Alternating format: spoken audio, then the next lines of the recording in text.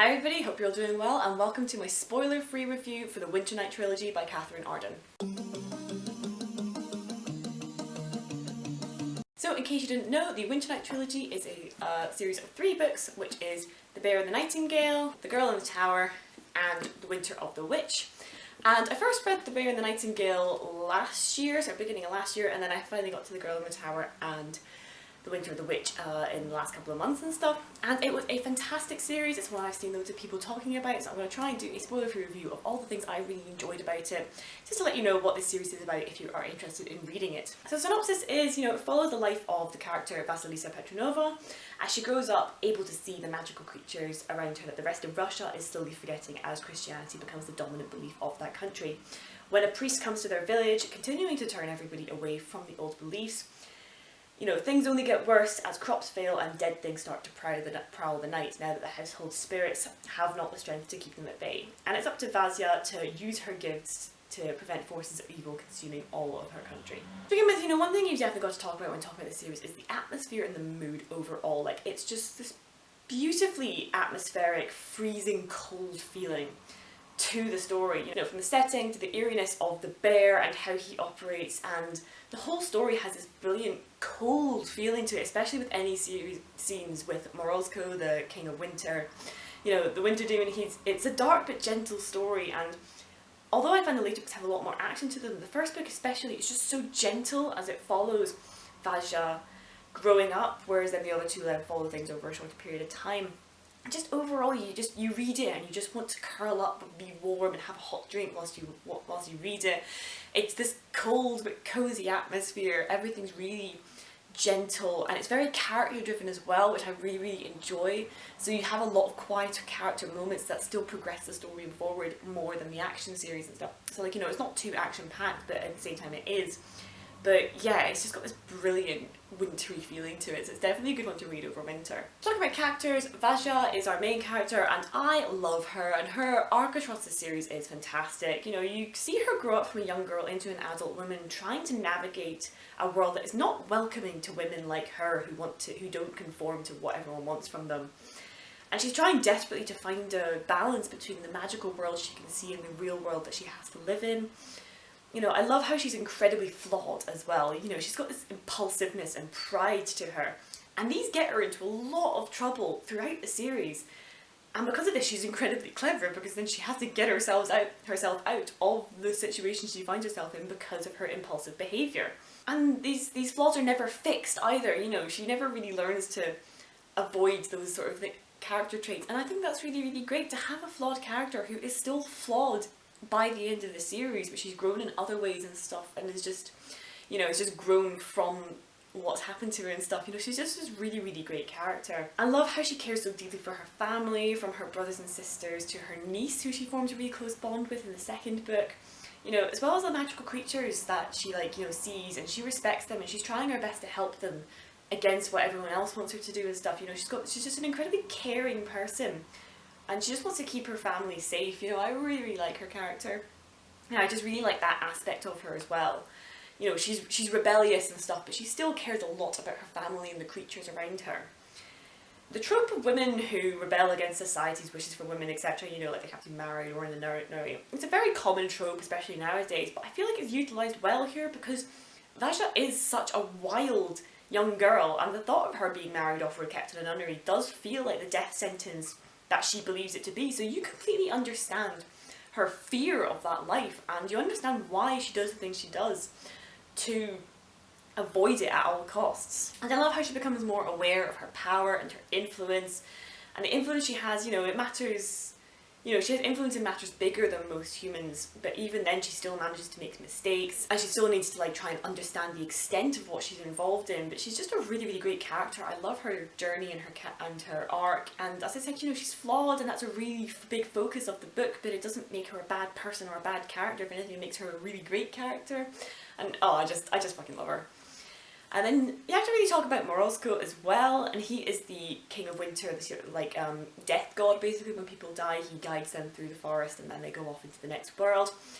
interesting to have him as a love interest. I did enjoy how the author delved into the complexities of his being a death demon and how that affects other people, especially those in Vasha's life, particularly in events towards the end of the second book.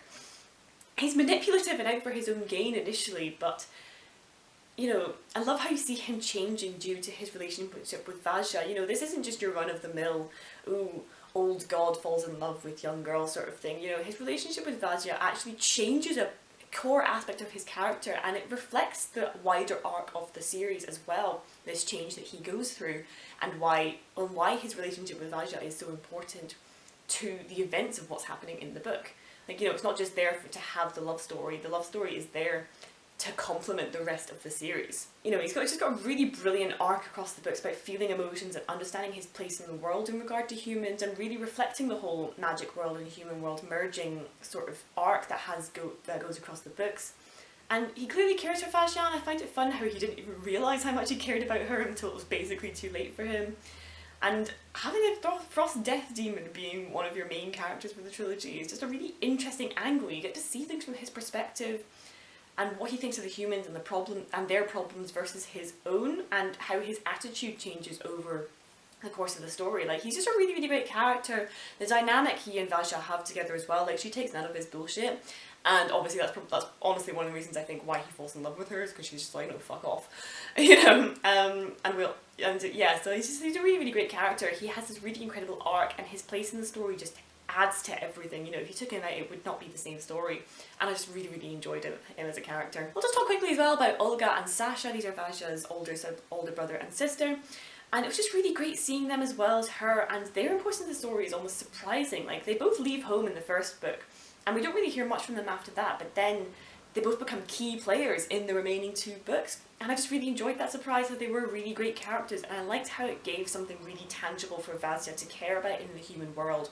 And it was a way to bring her into the politics and things of her country, helping further her journey of like trying to find that balance between the magical world and the real world. And they were really, really well realised characters in their own right, and the dynamic between the 3 siblings was always really fun to see. Like, I liked the realistic of siblings who love each other unconditionally, but still squabble, and especially with the older 2 always trying to tell Vasha what to do when she's this very rebellious younger sibling who will not do what she's told. You know, and having their Christian faith versus Vasha's understanding of the Chiarti was really, really great to explore. I really liked the ideas of like merging Christianity and old pagan beliefs in this book, and how they approached that almost discussion. It was absolutely fascinating. You know, because it's always something I find really interesting is about, you know, because obviously a lot of old pagan religions, you know, Celtic ones, Russian ones, were like swept out because of Christianity. So this book looks at a way as to this is what it could have looked like if they had accepted one another, if they had tried to find a balance between the 2. The plot as well was really, really good, even if it was a little strangely paced to begin with. Like I said, the first book does take place over the course of many years as you watch Vasha grow up, but then the remaining 2 books take place directly after one another. In a very short space of time. I think maybe both books combined, like the latter 2 books combined, happened over the course of a year, whereas the first book in and of itself was like 15-20 years or something. But it doesn't detract from the pacing, because each book very cleverly has its own very contained self-contained story. That's just a part of the wider narrative. So the difference in time doesn't affect each book, and you know, you get this almost standalone feeling to each book, even though they do need to be read as part of a series. But it's like, it's paced well, I think, because things are really well contained between the books, sort of thing. You know, yes, things do lead on to one another, and it is relevant across the board, but you could almost pick up each book and just read it, and you'll kind of understand what's going on. The first one is definitely the slowest of the 3, since it has a lot to explain and set up. But then The Girl in the Tower locks you right into the action and doesn't stop. You get a good balance of action and character moments, which I appreciate, especially since this is a very character-driven trilogy. You know, so having the quieter character pieces for all of the characters is important, and it was done really well. Like, you know, every single character has their own internal character stuff going on and their own struggles. You know, you get to see Sasha with the, I think it's the Tsar, who's his cousin, and how he acts as an advisor to that, but then also Sasha's relationship with the sort of head monk at the monastery he's from. You get to see Olga and her relationship with her daughter, and her sort of like the sort of nanny that they have for the kids. You get to see even the priest, you get to see him on his own and what he's going through and stuff, and his opinion of Vaja and stuff, and what's happening between him and the bear. You get to see Morozko's point of view and what he's going through. Like, you know, you get all these fantastic character moments for every single character that you see. And I think that's just really what makes this book series so compelling as well, is that it treats its cast of characters with a lot of respect. That's sort of it overall, to be honest. You know, just a fantastic series, great flawed characters with great dynamics between one another. Vaja is a fantastic protagonist, and the atmosphere and setting of this series is so wintry and cozy, and I love reading the series. Like, it's definitely one I'm going to be revisiting. It's probably one I'd probably try and binge, because it does work just so well together as a cohesive series as well. So, honestly fantastic. I think I'd give the series overall a 4 out of 5. You know, absolutely fantastic. I really, really cannot recommend it enough if you're looking for another fantasy series to be reading soon. But thank you so much for watching. Have you read The Bear and the Nightingale? Have you read this series? What did you think of it? Let me know down below in the comments. I would love to hear your opinion. If you liked this video, feel free to leave a like on it, and feel free to subscribe. I post videos 2 times a week. But thank you so much for watching. I'll see you next time.